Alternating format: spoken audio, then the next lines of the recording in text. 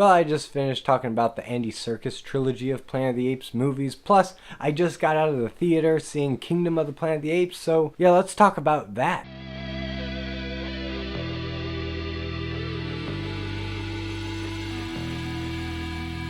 Kingdom of the Planet of the Apes. Now, Kingdom of the Planet of the Apes is the fourth in the more recent Planet of the Apes quadrilogy now. Honestly, I wasn't really looking forward to Kingdom of the Planet of the Apes because the Caesar trilogy was such a good trilogy, and I really hope that they would just let it be. Just let that sit for a while. And I guess since Disney bought Fox, Disney wanted to milk this franchise dry just like all the other franchises. And how did it turn out? Well, for a studio whose output hasn't really been the greatest lately, this movie is a lot of fun. It's actually pretty good. And I will say it does feel at home with those other Planet of the Apes movies, and honestly a lot of this movie is kind of more of the same of what we would expect from this franchise moving past the day of Caesar. This is generations later. I'm not really going to go into full spoilers in this video in case some people haven't gotten a chance to see it yet, but we'll be talking about the general plot during the first maybe 2 acts of the movie. I won't really be talking about anything in the last act that'd be considered spoilers, but since the trailers really didn't show a lot of the actual plot, the story of this movie,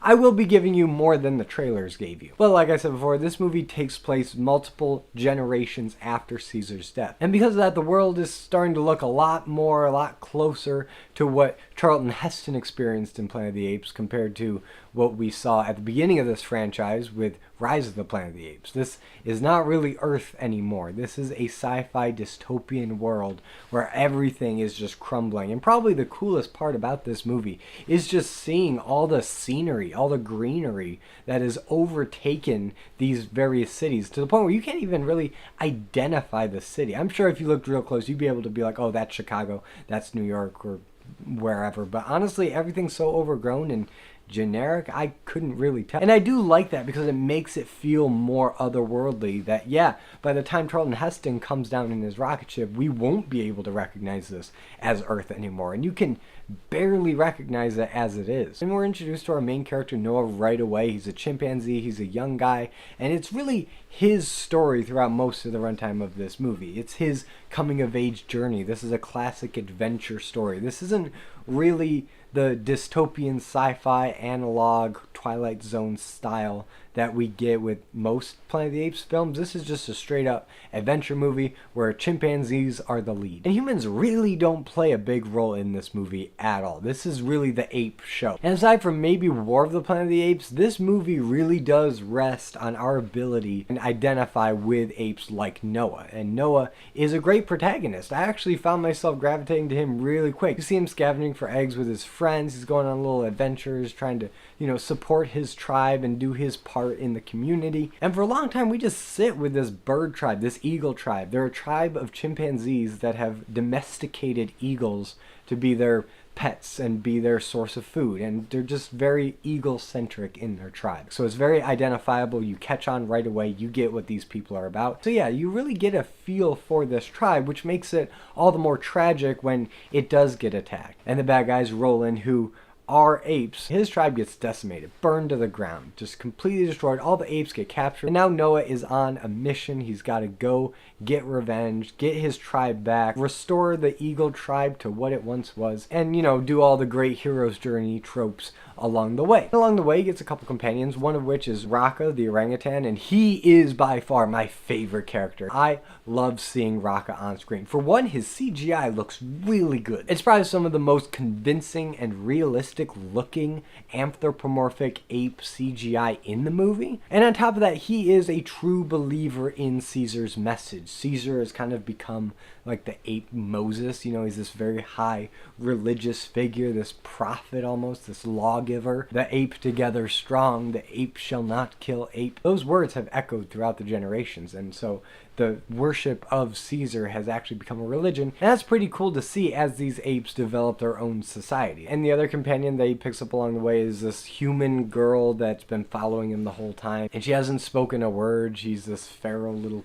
creature. At least that's what we're meant to believe. But very quickly we realize that she's not just some feral human that's de-evolved like the rest of the humans in the world that we see. And believe me when I say that this really isn't a spoiler, there's a lot more in the movie that gets unraveled and unpacked, but she can actually talk. She's not mute like she pretended to be when they first met. Her name is May, and as the movie goes along, you understand more of what she's doing, what her motivation is, and you could say that parts of the movie really do become her plot. She kind of becomes a main character. I still won't say she's the main character. That has to go to Noah. But as the movie goes along, she gets more screen time. More plot is focused on her mission. Even though Noah's right along with her and they're cooperating the whole time, you can tell that the narrative really wants to give her time in the spotlight, her story its due. And that to me is the one aspect of the movie that really doesn't quite get there for me. It kind of falls short. The stuff with May, her story, her journey, is not nearly as interesting as the stuff with Noah. I think part of that is that Noah's motivation is set up from the beginning. It's so clear. He sees his village get ransacked and he's trying to get them back, and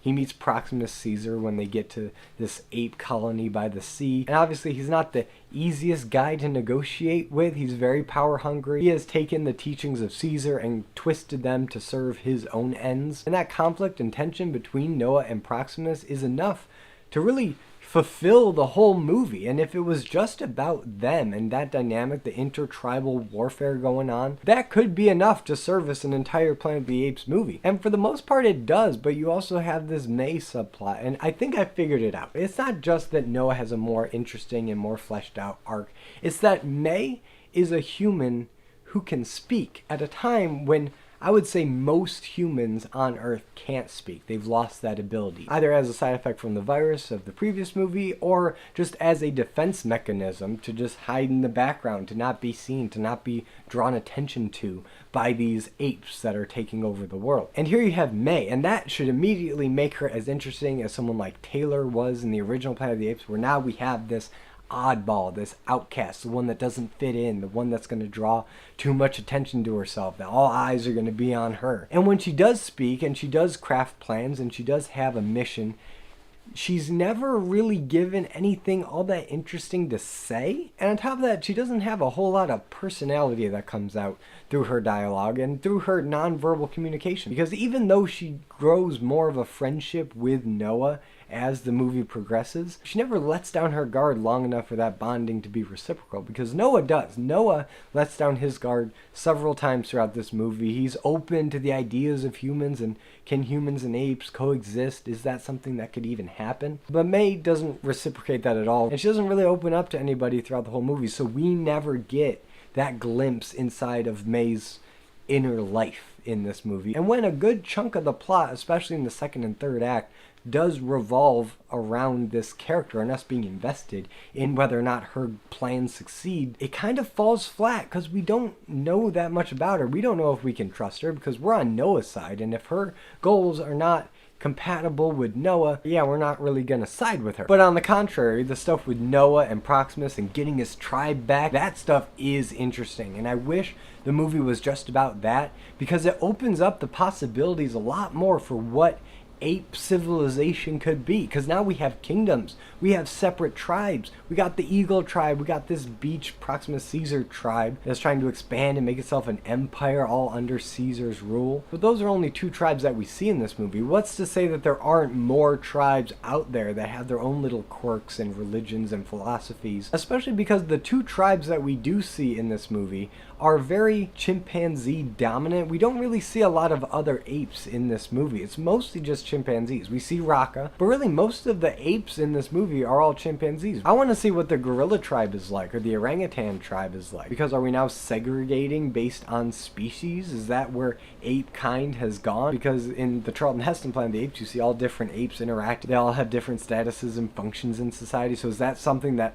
comes together later, and now they're all these kind of warring factions and groups? That would be interesting. I would love to see that developed in more sequels, because this movie, of course, sets up a sequel because Disney needs that money. And seeing where this movie went and the possibilities that opens up, it does kind of make me excited to see where this franchise could go if we're doing post-Caesar stories with these other tribes and other family groups and all this. If handled well, it could address a lot of societal issues like the previous trilogy did. But now we're dealing with different kingdoms, different nation states, geopolitics among the apes. That's something we've never seen before in this franchise, and I would love to see it. And if anybody's wondering if the CGI in this movie holds up to the other apes or is so much more advanced or impressive compared to the other movies, I can say that this movie, for the first time in this Planet of the Apes trilogy, starting with Rise of the Planet of the Apes, the CGI actually looks worse than the previous movie. And I don't know if that's because supposedly Disney and other studios are overworking the visual effects departments and they're not giving them enough money or time to actually make good quality effects. It does seem like CGI is looking worse as time goes on, not better anymore. And I will say that reality does hurt this movie. The CGI isn't bad by any means. It still looks much better than most of the Marvel stuff that's come out in the past maybe like 5 years. But compared to what Andy Serkis and company achieved in the last 2 movies with just the most photorealistic CGI apes you've ever seen in your life, to be followed up with this, which isn't, it's not bad, it's passable, and some apes do look better than others. Like I said, Raka looks amazing, Proxima Caesar looks good, most of the apes in Noah's tribe look alright, but weirdly enough, the character of Noah, the one ape that gets the most screen time, our hero going on his journey, the one the movie's all about, probably looks the worst of all the apes. I don't know what it is, there's something weirdly uncanny valley and unpolished about his face animation, especially up by the forehead. It just doesn't look quite right. But like I said, it's not distracting, and our eyes have collectively become kind of numb to the uncanny valley CGI effect. So I don't even know if it'll really bother most people or if most people notice, but I don't know. I was just looking at Noah throughout a lot of this movie thinking, yeah, Caesar did look better. Just the textures, the face, it looked better back then. Those are pretty much all my thoughts on Kingdom of the Planet of the Apes. I had a good time with it. When I left the theater, I was like, oh yeah, that was good. But the more I thought about it, I just kept thinking about how it just feels a little too bloated. That maybe the stuff with May could have been trimmed or tweaked to just get us to care about that angle of the story a little bit more. But now I turn it over to you guys. What do you think about Kingdom of the Planet of the Apes? Whatever you think, let me know in the comments. And if you like this video, be sure to give it a like and subscribe for more content and hit the notification bell to be notified every time I upload a video. And as always, I'm Colby. This is my nerdy talk, and I'll see you in the next video.